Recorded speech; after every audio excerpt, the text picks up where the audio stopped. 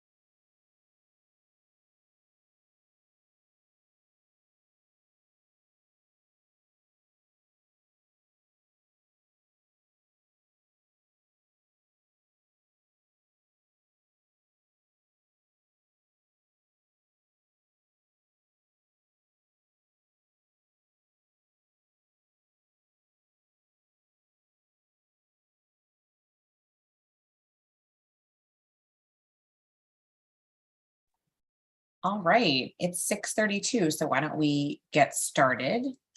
Hello, everyone. Before we get started, just want to let you know that this program is being recorded. I'm sure you saw that already, and will be available on the Dyckman Farmhouse Museum's Facebook and YouTube pages, as well as our website, dyckmanfarmhouse.org, after today. Welcome back to the Dyckman Farmhouse Museum's virtual lecture series talking about race matters. Join the conversation. My name is Meredith Horsford, and I'm the executive director here at the Dyckman Farmhouse Museum. We are delighted to continue this lecture series that we began in August of 2020, which was so successful that we've continued it as a biannual series. So thank you to those of you who are returning, and welcome to our newcomers. This 3-week series centers on food, how food is being decolonized, and how content creators are spreading this information digitally. This series was created at a time of great unrest in this country due to the murder of unarmed Black people, as well as the onset of the COVID-19 pandemic. Our goal throughout has been to encourage people to come together and engage in conversation on a topic that can sometimes be uncomfortable. Before we get started, I'd like to point out a few useful features on Zoom.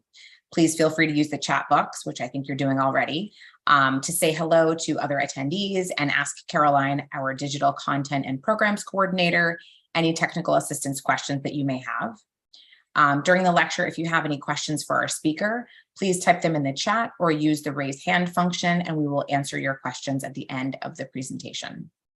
We at the Dyckman Farmhouse Museum thank everyone for joining us this evening. We feel strongly that our programming remains free of charge so that it is accessible to all. The response to this lecture series has been overwhelming, and there is clearly a need for us to talk more about the issues that divide us and the issues that unite us as Americans. As a small nonprofit organization, we rely on grants and donations to support these programs. If you would like to make a donation to help support and continue our community-focused programming, it is greatly appreciated. This program is supported in part by public funds from the New York City Department of Cultural Affairs. Tonight, we are joined by Karen Washington. Karen is a farmer, activist, co-owner of Rise and Root Farm, and a James Beard Leadership Award winner. Karen will be presenting her talk titled Food Justice is More Than Just Growing Food and Feeding People. Without further ado, I'd like to introduce Karen Washington. Thank you so much, Meredith, for allowing me to speak to your group today. I always tell people I like to start with bringing in the ancestors into the room. And so tonight's talk is going to be about food and how I got started in my journey, and really how people can get involved in activism and changing the food system. So I'm going to start with sharing my screen first. Share my screen.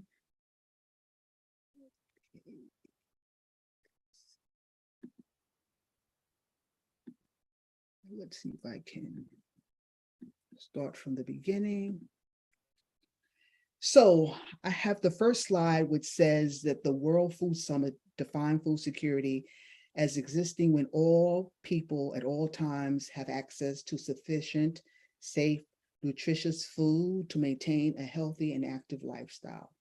And I put that slide up on because, for me, I've been trying to figure out the food system and the fact that why in the greatest country in the world where we grow enough food and we waste enough food, we still have hunger and poverty. So I'd like to take you on a journey on how I got started in the food movement, because my parents weren't farmers, my grandparents weren't farmers, and I had a profession as a physical therapist in the medical profession. But I saw the relationship between food and health, and it started to interest me. So when people talk about food and land, for me, my relationship to food was that it came from a supermarket and that the colors and the packaging mimic the colors of food and vegetables. So I figured that if the colors match food and vegetables, it must be healthy. And as far as land, I could never understand the relationship to land, because my family and people I've heard from time to time growing up is that nobody wanted to go back to the land because it was a stain of slavery. So my journey was trying to find a way where I can have a connection to food and also have a connection to land. And so for me, it began back into the early 1980s, late 1970s. Living in New York City, can you imagine at one point in time that New York City had over 15,000 vacant lots, mostly in low-income neighborhoods and neighborhoods of color? And I have this picture up because this picture was taken back in 1985. But as I've come across the country, there are so many urban areas that still look like this, full of blight. And when you are living near an empty lot, there's a sense of hopelessness, of blighted. And so people who had power and privilege moved, they call it white flight. Those that remain were able to turn those empty lots into community gardens and urban farms. And you can see the difference of this photo versus the one previously, because again, it was people with limited resources came together and mostly got together to beautify their neighborhood, provided a safe haven for seniors and young adults. But in the beginning, it wasn't about food, it was more about survival. But while I was in my community garden, growing food and concentrating about, repairing the hardships that were being felt because of the fact that the city had limited resources, I started to hear a lot of social issues. I started to hear people talk about their health, increase in asthma, type 2 diabetes, hypertension, people who were out of work and couldn't find jobs, people who had, increase in asthma, and people were trying to find affordable housing. And I knew right then and there that food was central. It was connected to all these social issues. And so I found myself questioning the food system and challenging the food system, because time and time again, I was told that the food system is broken and it needed to be fixed. And I was drinking the Kool-Aid and I was believing that. And I know a lot of people still believe that the food system is broken and needs to be fixed. But a lot of us got together and said, you know what, we're going to challenge the food system because of the fact that we do have food. We are a country full of wealth. Why is it that we don't have food options for those that need it the most? And so I started to peel back the food system and look closely looking into it further, and realize that the food system had 4 components. The production of the food system which was mostly livestock and plants, processing, where things were being packaging, distribution, where things are now being brought out into supermarkets, and then the last part is consumption. And then within the food system, you have the shakers and the movers. And the shakers were the policy people and people who are talking about climate. The movers, labor, energy, and waste, all fueled by labor and resource. But if you look at this quadrant and you look at from production to processing to distribution to consumption, the most common denominator that you see is labor. And you look closely at the food system, you notice that the food system is rooted in cheap labor, a food system that exploits the same people it's trying to feed. And again, questioning the food system to find out why the food system in itself is extractive and exploitative. And for me, looking closely at the food system, why is it that we have allowed a handful of people to control our food system? A food system that controls the food of 7.5 billion people on this planet. And if you can see that this slide here, I put this slide up here because you can see how small companies are being gobbled up by big companies. And some say that they, are doing because it's organic, the organic food system that they're trying to provide. But if you look closely, a lot of the food stems from processed food and is being distributed mostly in low-income neighborhoods and neighborhoods of color.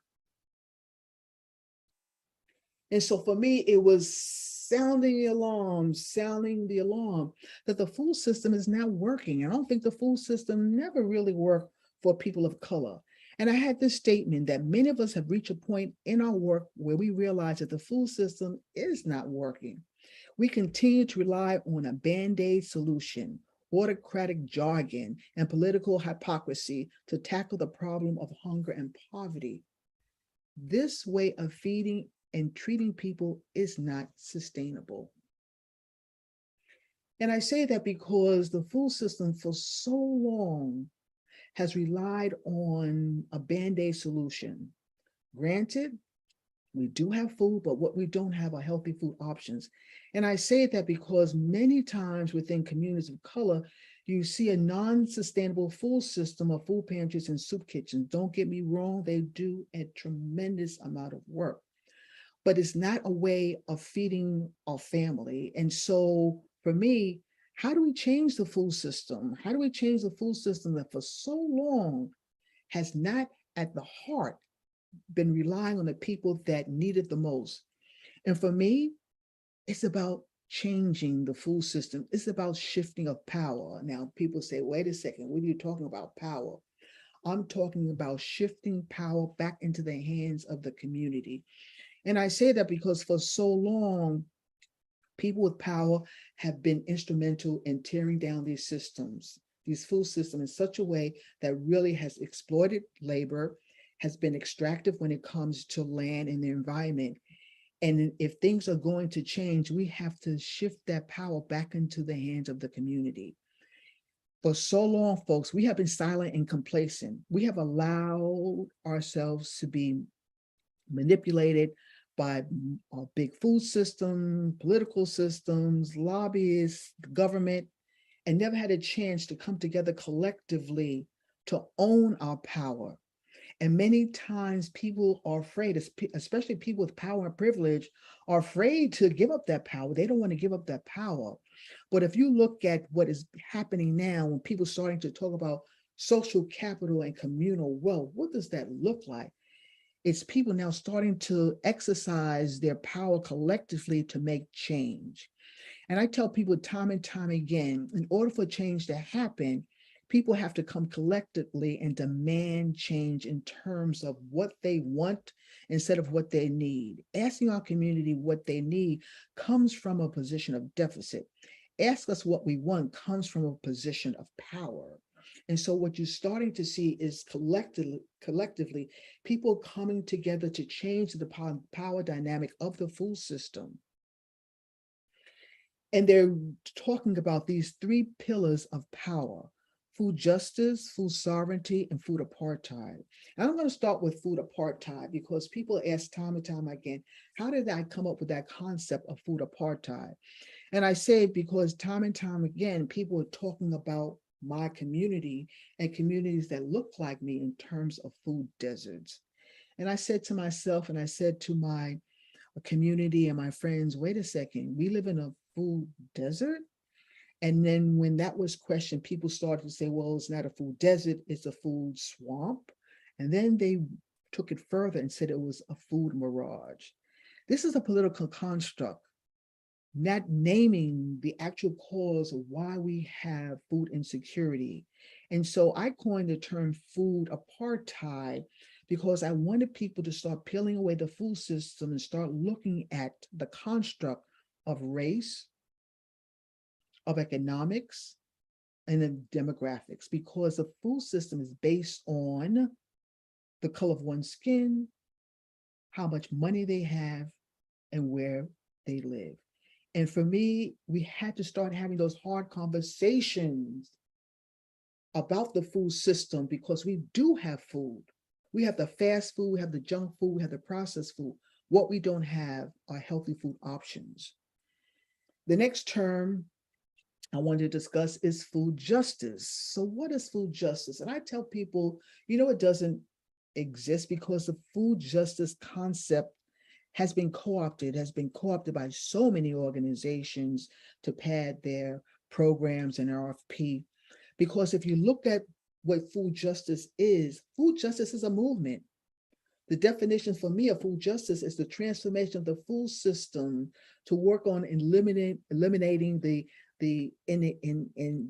inequalities that we see within our food system. So if you look at that word transformation, it's a movement. And so in order to be doing food justice, you have to be actively working on dismantling the social injustice that you see. And so what are some of the social injustices that we continue to work on time and time again? Well, we're working on persistent race and gender and class inequities that we see, the lack of opportunity for people to be self-sufficient and self-reliant. What does that mean? Self-sufficient and self-reliant. Well, people in the communities now want to have the power and the chance to talk about what their own community looks like, to control their food system, to control where they live, and people are fighting to do just that. We're talking about the social injustice when it comes to regards to land displacement and gentrification. We're talking about economics, the lack of living wage jobs, the lack of understanding the historical content of how this country was built, trauma, and of course, power.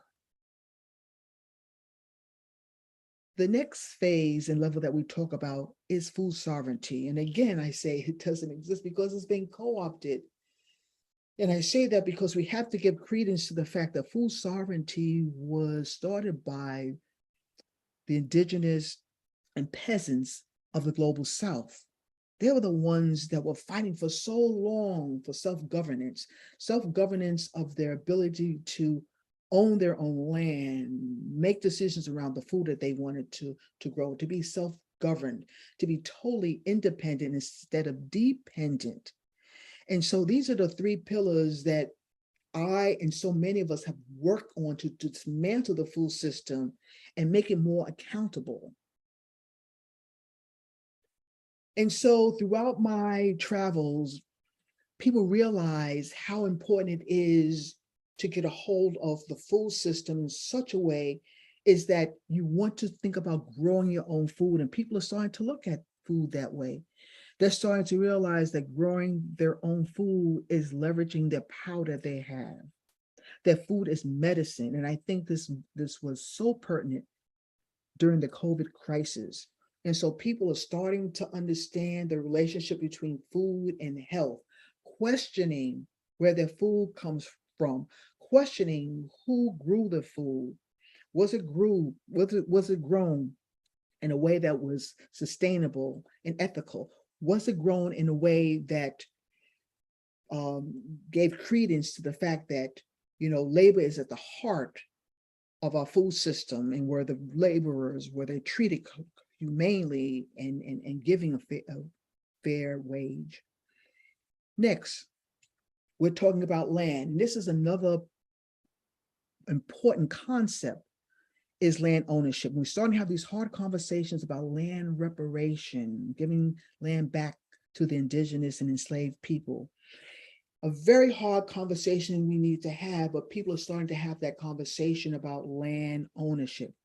And I want to just stop here because for me, it's very difficult to have that conversation about owning land, because it's not about us owning land. We should never think about owning land in terms of the concept of owning land.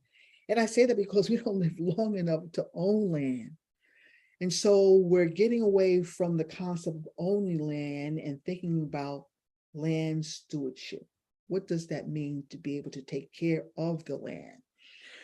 But people in the city are starting to have that conversation, and they're starting to form land trusts, and people for so long who have gone away from the land are starting to come back to the land. And as I go across the country and I talk to so many youth, I tell them that this is your time to take out your Samsung Galaxies and your iPhones and talk to your grandparents, your great-grandparents, abuelo, and get that history, get that knowledge, because land is your legacy, it's your culture, it's who you are. And for so long, we have gotten away from the land. And as a result, as we've gotten away from the land, we've started to have all of these problems. And so now people understanding their connection to land and to food and wanting to go back to the land and wanting to be stewards of the land. And this is powerful, and this is what is happening. Another thing that people are talking about is entrepreneurship.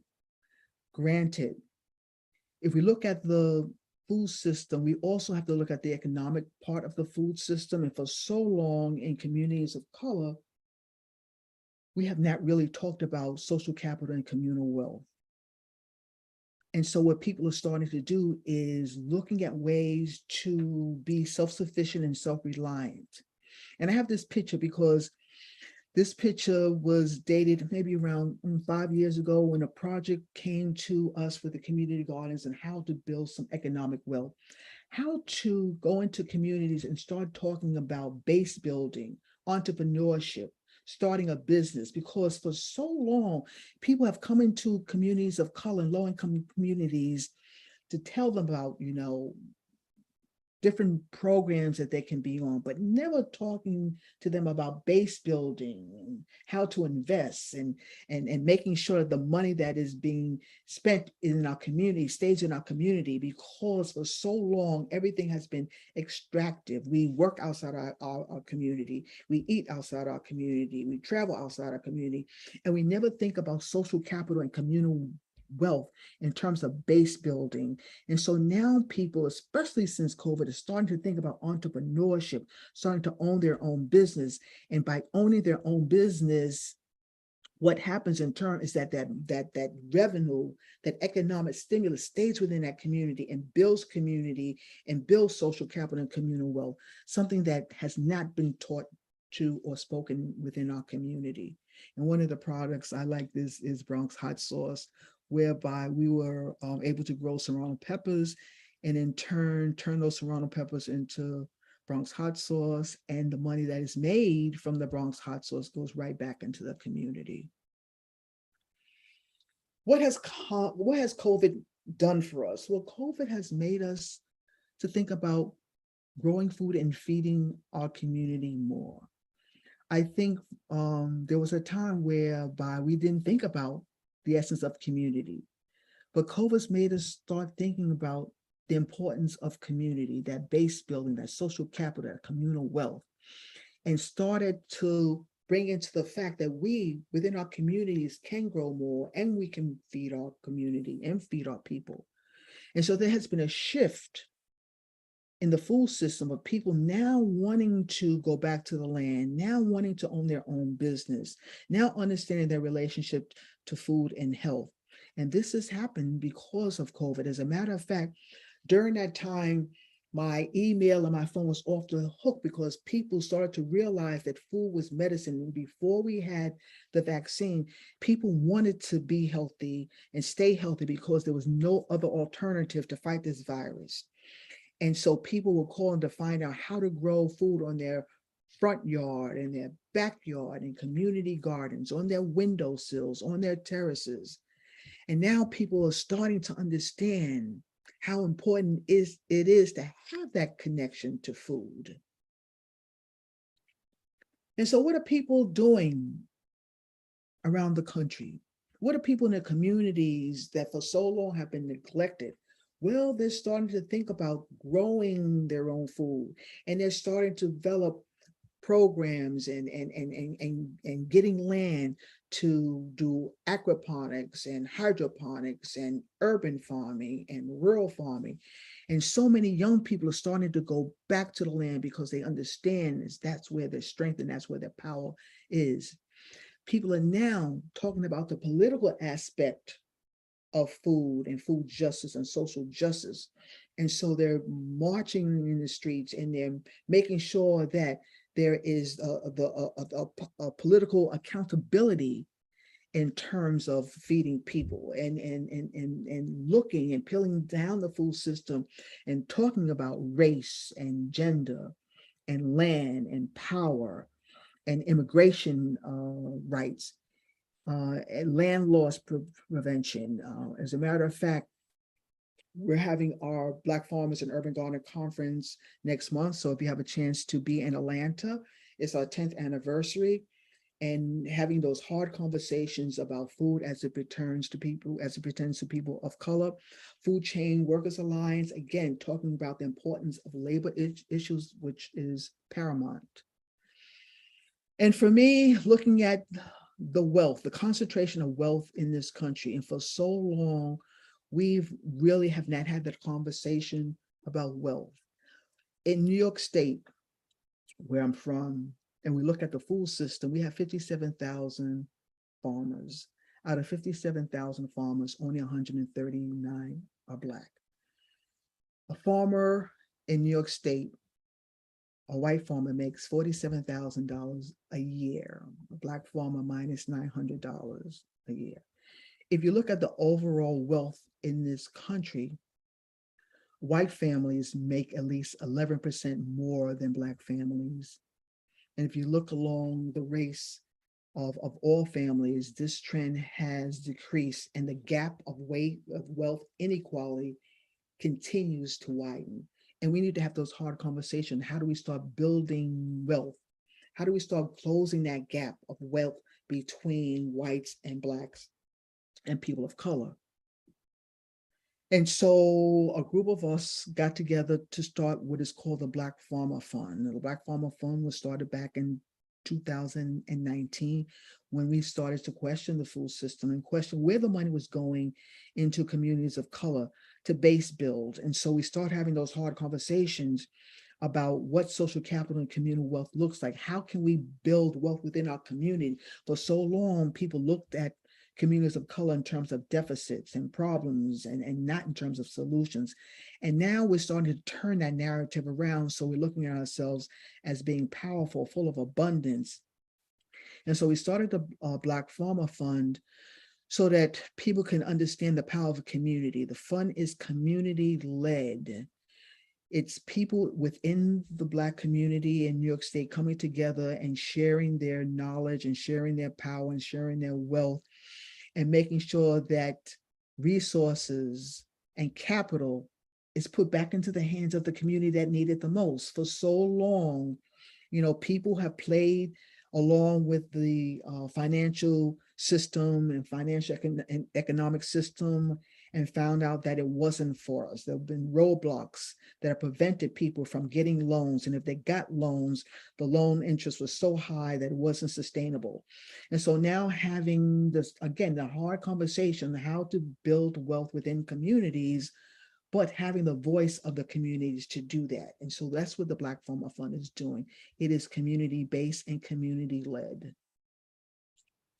And so, folks, how do we get involved in this movement? And I have this picture of myself back in the day when we were fighting to preserve land for our community gardens, to preserve land, in cities throughout the country. And they say you can't fight City Hall, but you can. And the ways that you have to do, especially if we're going to change the food system, is to be proactive instead of reactive. We can change the food system by speaking up and advocating for supporting the rights of farm workers and restaurant workers and grocery workers, because we now know they are the essential workers. Support those working on access to land and affordable housing. And I see now those two are coming together where people are talking about the affordability of land as well as the affordability of housing and merging the two. And the work that we're doing, the advocacy work that we're doing, being open to the idea of land reparation for those who've had their land lost or stolen. Now, this is a very, very tricky conversation because a lot of people that they don't understand the concept of land reparation, of really getting people to understand that land has been stolen and that there needs to be a way to amend land that has been stolen from indigenous and enslaved people, and start having those hard conversations on how to repair that. Demand healthy food and clean water for all. Both are human rights. And again, looking at the news, again, looking at the problems in this country of people not having clean water. We have to be more outspoken and advocate for that as well. Support the right to save seeds and have the right to have food label. And I say that because, it has been said that in 2050, we'll have an additional 2.5 billion more people on this planet. Right now, we have 7.5, we'll have 9.8 billion more people on this planet. And most of those people will be in urban areas. And so how are we going to feed those people? Because right now, folks, it's not about growing more food. It's about how do we use technology and the knowledge that we have, the indigenous knowledge that we have, to grow more food efficiently. And it starts with seeds. It starts with seeds. And how did we get to a point where we have allowed a handful of companies to patent seeds? To patent seeds to the point that in some cases, you're not allowed to save seeds. And so we have to demand to make sure that seeds are part of nature. And if we think about part of nature is not owning seeds, but that seeds are part of our history, our legacy. They talk about where we came from. We need to have that conversation, and we need to fight for that right to have seeds. Speak up against hazardous working conditions. Majority of the food factories are horrendous. And we need to open that Pandora's box and really explore the hazardous conditions that are happening in our food factories and making sure that there's accountability that is happening. Also, elected officials, folks, we put people in office to work for us. The biggest problem that we have had time and time again is silence and complacency. If you put people in office, you have the right to make sure they are accountable. And I think time and time again, we have sat back and let government speak for us, let lobbyists speak for us, these big food companies speak for us without questioning our food. And so now's the time to make sure that we are proactive instead of reactive, and making sure that these elected officials that we vote into office are accountable, have our backs. And if they don't, we need to put them out. Next one is to break bread or have a meal with people outside your comfort zone. And I say that time and time again. I speak to a lot of college students because they know who are the students that are hungry. We have a huge, huge hunger and poverty problem within our school system. And many times it's the students that really know who are the ones that are food insecure, who are the ones that are not eating properly. And so I tell people, if you know who those people are, sit down and break bread with them. Invite them to your table. Invite them to feel the essence of what it is to be human. And I think we've lost that essence. And we lost that essence of sitting down and being outside our comfort zone. I tell people, if you are working on justice and food sovereignty, then you have to be uncomfortable to be comfortable in the work that we're trying to do. Speak up and speak out when it comes to injustices. And we see the injustice that is happening around the world, and we need to start speaking up and speaking out against injustice. Strive for communities that cherish diversity and inclusion as assets. And I say this, folks, because I foresee in the near future, maybe 20 years from now, that the majority of the United States will be people of color. And so how do we start having these hard conversations now instead of the conversations that divide us when it comes to diversity and inclusion? And when I talk about diversity and inclusion, I'm talking about shifting the power dynamics so that people of color have a chance to exercise their voice. Because if you are in a position of power, then you should be able to make change. And if you're not making change within in a certain organization or political scene, then it's just window dressing and tokenism. And lastly, we need to support our youth leadership. Time and time again, I've been on boards, I've been in an organization that we really, don't really uphold and put to the forefront youth knowledge, and really need to engage in youth leadership. They are the future. They are our next generation. So we need to have those hard conversations with our youth. And for me, the food system, this urgency of growing food is no longer a local movement, but a global one. The aim for cities and countries is not to grow food to feed themselves, but to help build a food system in which all people are fed and hunger and poverty are no more. My name is Karen Washington. I tell people I grow food, I feed people body and mind.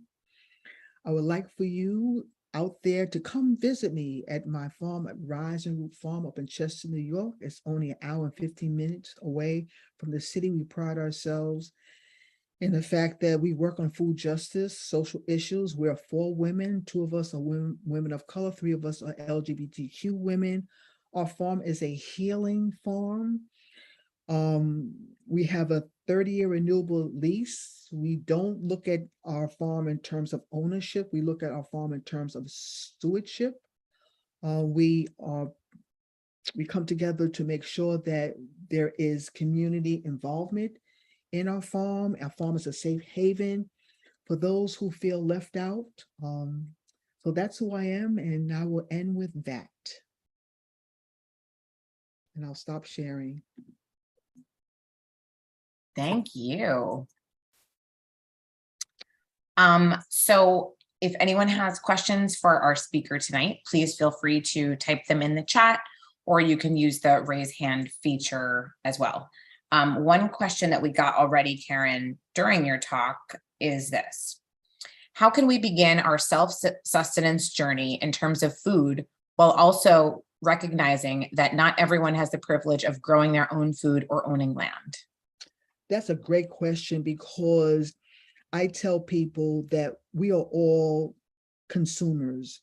And even if we don't have the capacity of growing food or owning land, we have the capacity to challenge the food system, to ask those hard questions on, when you go into a grocery store, okay, how many have gone to a grocery store and asked the grocer, the produce manager, exactly where did the food come from? Who grew it? Was it sprayed with pesticides or insecticides? How come we're getting apples all the way from another country when New York State is the #2 state that grows apples? We need to question our food system. Make sure that you're involved in the political system. Make sure that the politicians are accountable. So it's not about everybody wanting to, even though I would love everyone to be a farmer, to grow food and have land. But this food system, all of us can challenge it in such a way as to ask those hard questions and to understand that you have the power to make change. An excellent question. Thank you. What are your thoughts on, organic farming practices and how expensive that makes food versus, I know small farms can't necessarily afford to get that kind of stamp? We have to be very careful how we use language, because I have seen now how organic labels have now become elitist. And I've heard people within my community that say that they don't want to eat organic food, that's white people's food. And so, and as a result of the term now being interpreted as being elitist, you see how the price reflects that. Yeah. And so, I tried to have this conversation within my own community, the cost and value of food. And we don't have that conversation, the cost and value of food. Again, within lower income neighborhoods and neighborhoods of color, we have a 2-tier system. We have a food system where people pay, and then we have a food system of subsidized food system of food pantries and soup kitchens. And for me, having to walk that narrow, that narrow conversation is telling people that there's a cost and value of food, that as a farmer, you have to pay for my food. You have to pay for my food and understand, and then why? So why is there a cost for food? There's a cost for food because there's a cost for seed, there's a cost for labor, there's a cost for harvesting, there's a cost for gas, and making people to understand that if I'm coming down into your neighborhood, you have to pay, there's a cost and a value, because in turn, what I can do with the money that you give me, I can pay back into the farm, and I can continue to come to your community. I continue to grow the food. And we don't have those hard conversations around the cost and value of food. That's number one. But also, healthy food should be a right.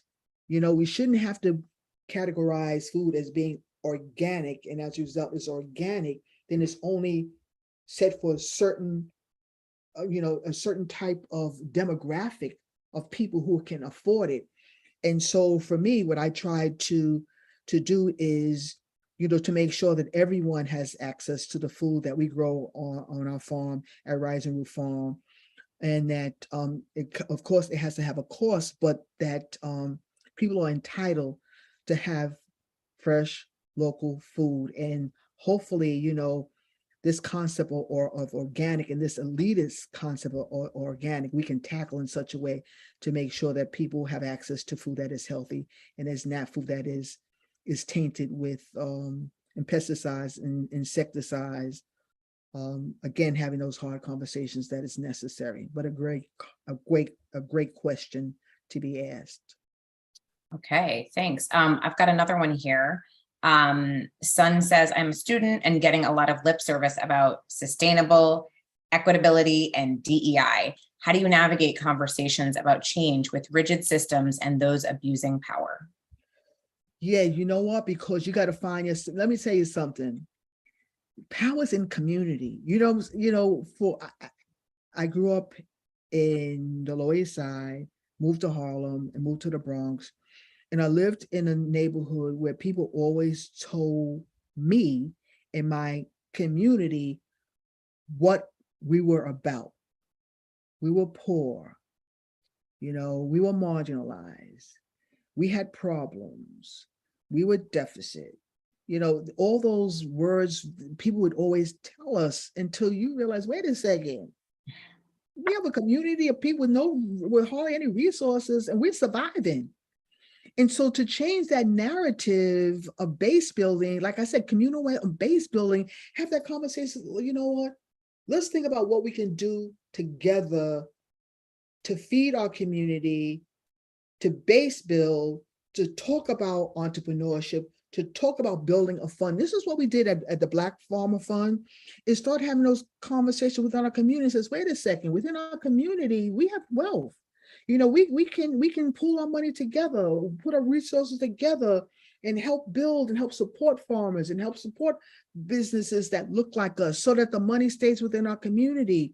Unheard of. And so don't listen to the jargon of people saying that, it's sustainability. It doesn't float within our community. We have to turn the tables and look within our community to build power. And for so long, we have never done it. We've looked outside, look outside to base build and look outside. We've worked outside, we bank outside, we travel outside, instead of looking right within our community and how to base build and how to build, equity within our community and change the lens on how we look at ourselves. And I tell, like I said, time and time again, don't ask me what I need, ask me what I want. Asking me what I need comes from a position of deficit. Ask me what I want comes from a position of power. Y'all got me going. I know, I like it. Okay, the next question is, how might we take better advantage of our public lands for growing food? Let me tell you something. You see this gray here? Let me tell you, land in any municipality has political consequences.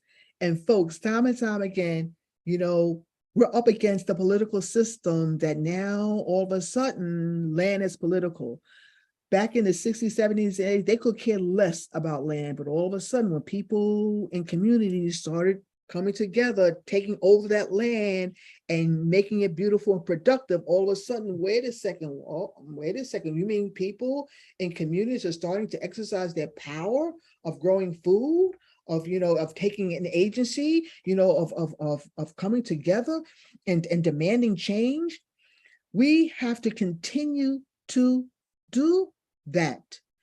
Continue to do that. Right now, we have been fighting continually in New York City with land issues. As the population grows, the need for land in cities is going to lessen. And so then how do we control that? First of all, we have to be proactive instead of reactive. We have to make sure that the land that we already have in the city it stays within our communities. And that takes activism. That takes activism. That makes, you have to make sure that you know all the political people within your community, within the area that you live, and make sure that they are accountable to save that land, to make sure that land is there for the next generation. And also, when I talk to planners, urban planners, yes, there is the need for housing, but how can we merge the two? And so when I talk to urban planners, I say, when you think about build a new building structure, think about adding a rooftop garden or an atrium where food is being grown. You can have two for the price of one. Think outside the raised beds. Because like I said, 2050, 2.5 billion more people on this planet, and most of them are going to end up in urban areas. And so how do we make use of urban space beyond community gardens, rooftop gardens, aquaponics, hydroponics, greenhouses? There's room for everyone as we go through this new nuance of what urban agriculture is going to be about in cities throughout this country.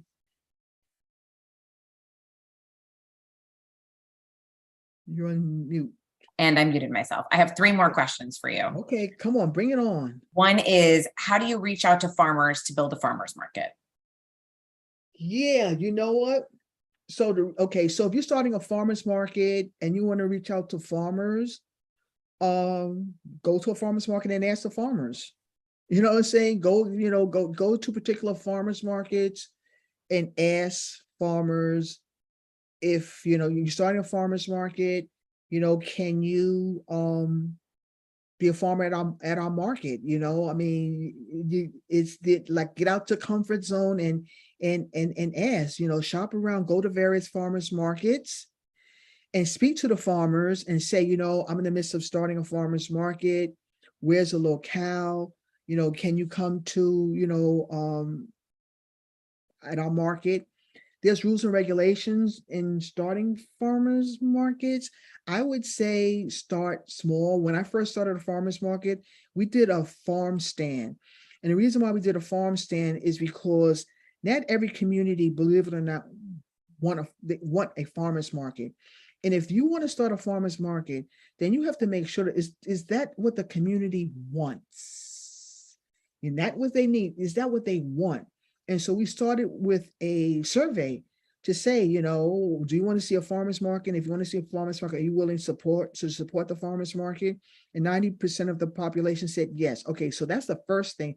And the first thing we did, we started a farm stand, just a farm stand with just some fruits and vegetables to see if people would purchase it, and found out that people would purchase, and then started asking, going to farmer's market and asking for farmers. At that point in time, back in the early 80s, we had an organization called Just Food that had a relationship with farmers. And so they were able to get us farmers. Grow NYC is another agency in New York City where you can go to them and ask for farmers. They have the green market farmers markets throughout New York City. And you can go there and you can ask, walk around and ask the farmers. Yeah. Great question. Great. Someone says, please say more about seeds and your thoughts about sharing or exchanging or saving. So I have friends that are, I can't say names, but I know a lot of people are saving seeds, and they're saving seeds because there's a connection to people's culture. There's ancestral lineage. Seeds are the imprint. There's DNA in seeds, and seeds can tell you where you've come from. And so people are starting to do that because there are companies out there that patent, again, getting political, patenting seeds. How do we allow companies to patent seeds? You have the Monsantos, you have Bayer, you have Dow, DuPont. All of these companies, chemical companies, are buying up seeds and patenting them. And so if they patent seeds, you know what that means? That means that you have to have the permission, get their permission to grow their seeds, and the permission not only to grow their seeds, but to use their chemicals and their fertilizers to grow the seeds, and you never own. So I don't understand that. Where's the concept of having companies owning seeds? Look, what are we? Aren't we seeds? Aren't we part of DNA? And so we're going down a slippery slope if we don't become proactive and demand that seeds are part of nature, and nature should never be patented. Love your passion. So good. Keep going. How do we bring farm food to the Department of Education? Yeah, let me tell you something. That is a hurdle. That is a hurdle because there's so many rules and regulations. You know what? One thing I like about school gardens is that in school gardens, you know, some schools now have school gardens. So the school gardens are growing the food and harvesting the food and putting it as part of their meal, their lunch meal. Parents, supporters, y'all got to be proactive in the New York City educational system is hard to enter. You know, farmers are have a hard time entering the food system because there's so much legalese that's involved. And you have to understand, because if you're growing food and people get sick, that's a problem, right? And then a lot of farmers of color, you know, there's this whole thing to open up the food system in a way of having hospitals and cultural institution and schools to now open up their doors, especially for farmers of color. But they don't understand that the need is that the farmers of color need to feed their own communities. They can't think about feeding hospitals and schools and cultural institutions when they're having a hard time feeding their local community. But it takes a village, and that village is parents who have strong voices to change the food system. You know, when I grew up in the school system, they had, you know, you had ovens. You know, my mother was a cafeteria person, whereby they had ovens and they cooked the food. And I think they need to bring that back. They need to bring ovens back into the school system and start cooking healthy, nutritious food. But that will only come from the outrage of parents. Parents have a strong voice to change the food system, and they can collectively demand change. Okay, last question. Uh-oh. How is climate change affecting your farm? Yeah. Flooding, you know, changing seasons. Last year, you know, with Hurricane Ida, yeah, it really hit us hard. You don't know when the first frost or the last frost is going to come, but you know, you're learning to adapt. You're learning to adapt. You're learning to find out what now grows best in this climate change that is happening, and trying to grow vegetables and herbs that are specific to this region. I think a lot of farmers have, you know, get into trouble if they start to grow things that are not, you know, related to to their area, to their temperature zone. And so yes, it's hard, but you know, as a farm, I believe that we need to work with nature and not against nature. And as climate change is happening, I think we have to reevaluate how we grow things. And again, nature is telling us something. Nature is telling us something about how we grow food and how we need to be more, you know, involved in soil science and giving back. So we do a lot of composting now, which is really, I'm so excited because I love composting. So we do a lot of composting because our farm is in the black dirt region. What does that mean? It means that our farm the soil content of our farm is 40% organic matter. Normal soil is 5 to 10% organic matter. Our soil is 40% organic matter. So that means that we grow the best vegetables, but also the best weeds. But because that soil is so dark and black and rich, you can fall into that trap to abuse it, because agriculture is exploitative. You're constantly taking from the soil, constantly taking the minerals, harvesting and extracting from the soil, agriculture. So for us we have to give back. So we're starting to do a huge composting campaign to give back to the soil, because the soil has given so much for us. Fantastic. Thank you, Karen. This has been phenomenal, so engaging, so interesting.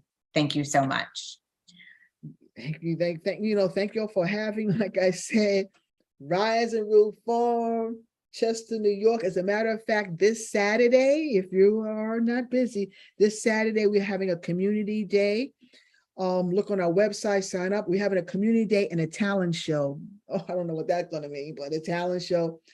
We encourage people to come up and have fun. The tour is from 10 to 1. We'll show you around. And then after the tour, we're going to have some fun and do a little talent show. Sounds like fun. Sounds like. So anyway, thank you so much, Meredith. You're the best. Thank you so much for having this series. I think it's really important to talk about race in a way. And I tell people, you know what? I'm just an ordinary person trying to do extraordinary things. Well, it shows that you're doing extraordinary things, and it comes out when you talk, which makes it even more interesting. So I hope everyone enjoyed this evening's program. Please consider making a donation to enable us to continue to offer free public programming. Gifts in any amount are appreciated. I'd like to remind you that tonight's conversation is the second of 3 conversations in our Talking About Race Matters Join the Conversation series. Join us here next Wednesday at 6:30 p.m. for the final presentation of this series. Ora Kemp will be presenting Here to Stir the Pot, TikTok as a tool for elevating culture and catalyzing change. Please be sure to register through the links in the chat and follow us on social media for updates. We hope to see you here next Wednesday, September 28th at 6:30. Have a great night. Thanks again. Bye, everybody.